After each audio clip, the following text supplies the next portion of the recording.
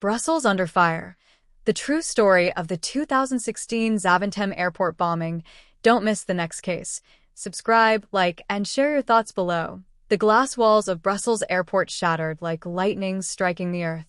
Flames burst through the check-in hall as smoke filled the air, swallowing voices, faces, and time itself. Alarm screamed. People ran in every direction, some crawling on the floor, others frozen in shock. The roof panels fell like rain. In seconds, Zaventem Airport, the gateway to Europe, had turned into chaos. Outside, cars screeched to a stop. Inside, amid the haze and flashing red lights, lay the remnants of what moments ago was an ordinary Tuesday morning. The sound of a second explosion thundered through the terminal, louder than anything Brussels had ever heard. The ceiling trembled. People ducked, covered their heads, and screamed. Then came silence, an eerie, hollow kind of silence, broken only by the echo of the fire alarms and the distant cries for help. A woman's voice called out for her child. A man shouted in French, "Help! Somebody!" But no one could see clearly through the smoke. And just as the emergency sirens began wailing across the city, the camera of a security monitor flickered. 3 men appeared on screen, walking calmly, each pushing an airport trolley. 2 wore gloves on one hand. 1 did not. Seconds later, the footage froze in time. Brussels was under fire. But how did this happen? How did a quiet, gray morning at Zaventem Airport turn into a scene the whole world would never forget? It had started hours earlier, just before sunrise.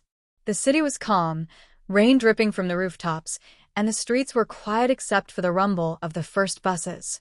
Inside a small apartment in Schaerbeek, 3 men sat around a kitchen table.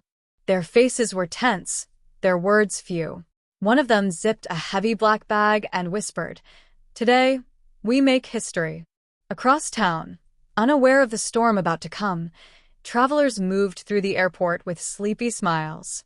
Families hugged goodbye at check-in counters, and the smell of fresh coffee filled the air. Among them was a young student from Texas named Daniel Walker. He had come to Brussels for his university exchange and was returning home that morning. Daniel looked up at the departure board, headphones on, humming softly. His flight was on time. He smiled, thinking about seeing his family again. Then he noticed something strange, a group of men standing close to one another, whispering, not moving. One of them had his right hand tucked tightly into his jacket. Daniel frowned, curiosity tugging at him. He was about to turn away when the first explosion ripped through the air. The blast threw him off his feet. The world turned red and gray. Glass rained down like ice, and the floor shook beneath him. Daniel tried to stand, but everything spun. His ears rang. All around him, smoke rose from the ground. People screamed, running toward the exits. Then, before he could take another breath, a second explosion thundered, closer this time, sharper, hotter. And that was when Daniel realized he wasn't just caught in an accident. He was in the middle of a planned attack. Somewhere in the smoke, one of the men from that group was still standing, staring right at him. Daniel's heart pounded so hard it felt like it might burst.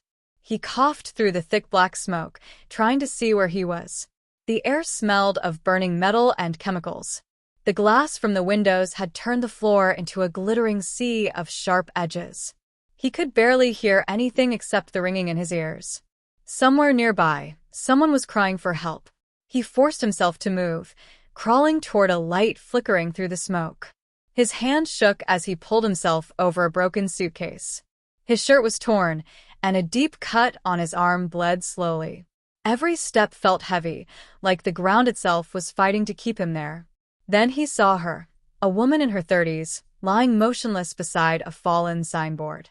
Her phone was still in her hand, its screen cracked but glowing with a missed call notification.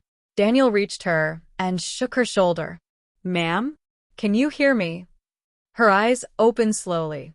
She gasped for air, whispering, "Help my leg." Daniel looked down. Her leg was trapped under a twisted piece of metal.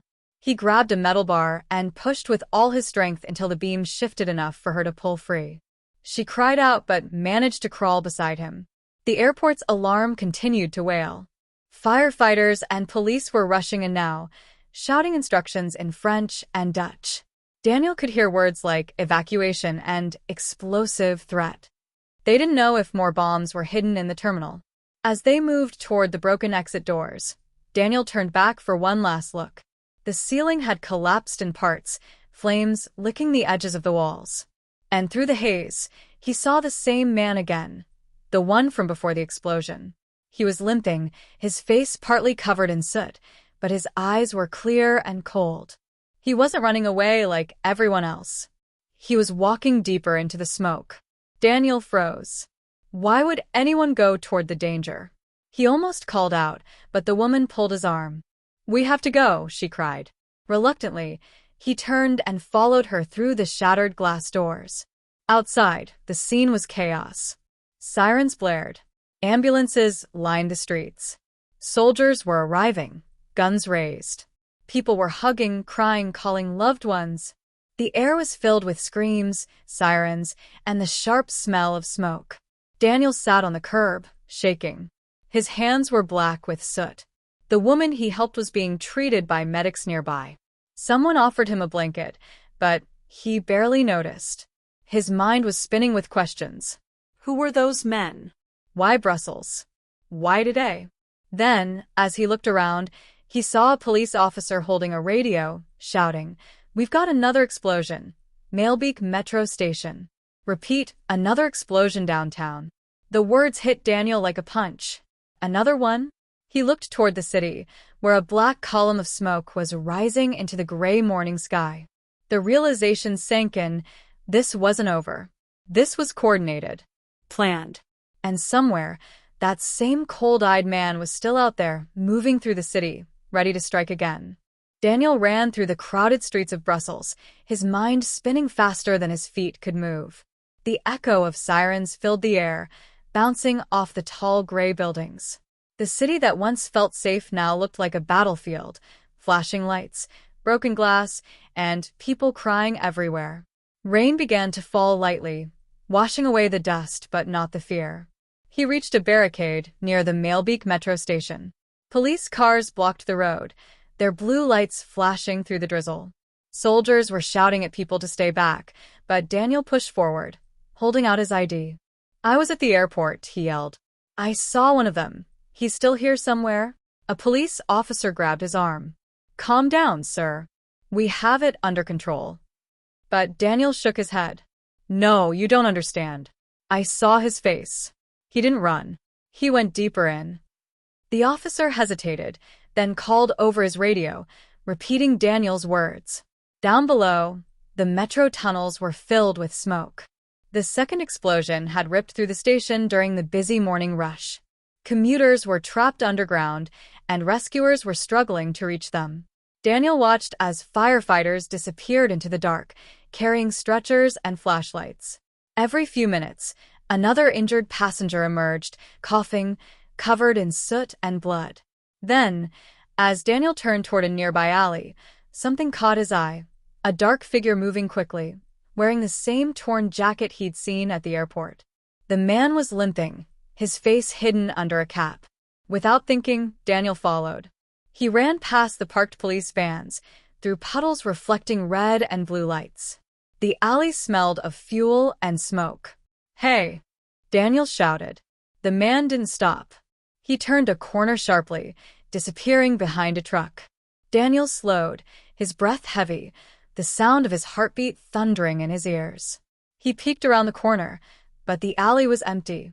Only a single black backpack lay on the ground. His stomach dropped. He backed away slowly. No, not again. Before he could move, two officers sprinted toward him. "Step back," one shouted. They grabbed the bag carefully and placed it on the ground. A bomb squad robot rolled in seconds later. The street fell silent. Everyone held their breath as the robot's mechanical arm opened the zipper.